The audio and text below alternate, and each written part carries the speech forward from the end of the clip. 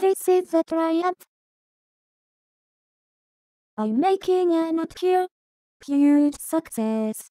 It's hard to overstate my satisfaction.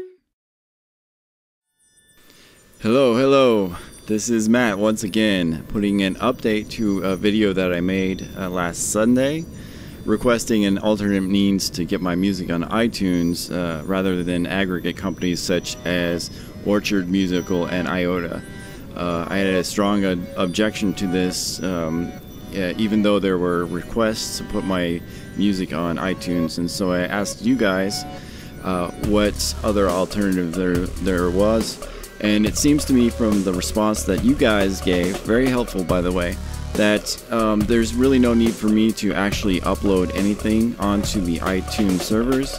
Instead, to have you guys, if you want to listen to my music on an iPhone or an iPod, to basically upload the tracks directly onto your devices, and that should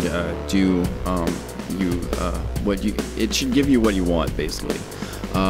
There's also, I think somebody mentioned an option for an RSS feed. I will have to figure out how to do that. I'm not up to speed on RSS feeds at all, but it sounds interesting then. So yeah, thank you to these people for providing the answers that I was requesting. And yeah, I guess I'll fill in the remainder of this video with a little bit of what happened last week.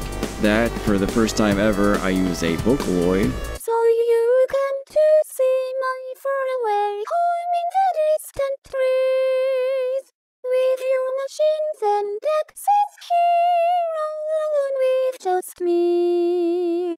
To produce some lyrics over a song, even though it wasn't totally understandable within the context of the song, but it was basically a new instrument that I used called a Vocaloid, which is kind of a Japanese-based synthesizer slash I don't even know what it's like, a synthesizer, and it's also a sampler, and it's built to mimic a human voice, so you can do like lyrics and stuff like that. Although because it's Japanese based, I felt that the lyrics weren't completely understandable in the track. I'll have the track linked here, right, so you can go and listen to it and see if you can understand what the English fairy is saying, because the other two fairies weren't actually saying anything at all. I was trying to get it to talk English, and they weren't able to do English. Instead, they were programmed for Japanese, and I hope to God I did not offend any Japanese. Any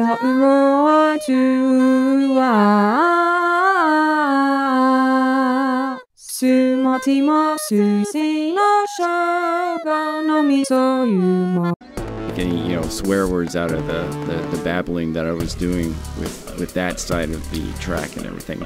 But let me know what you thought about that. Also, I kind of had a momentary lapse of logic early in the week, probably about Thursday, when I tried to release a track that I did way back in 2008.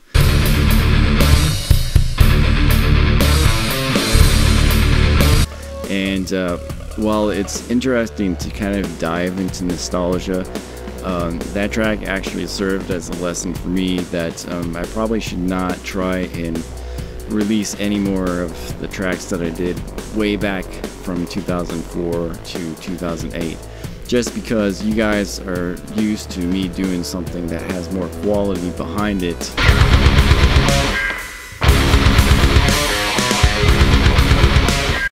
And therefore, instead of trying to focus on the past and trying to dig up these dinosaur bones to show you guys, I should instead work on better production techniques for future songs. And of course, I've learned a lot more about music as I've gone along too as well. So that's it for this update. I've been thinking about actually doing these things every Sunday, or maybe every other Sunday, to kind of talk to you guys about music and other ideas and stuff like that, and see where you guys are at. So I hope you enjoyed this. I will sign off now. Have a great week, and I will talk to you guys later.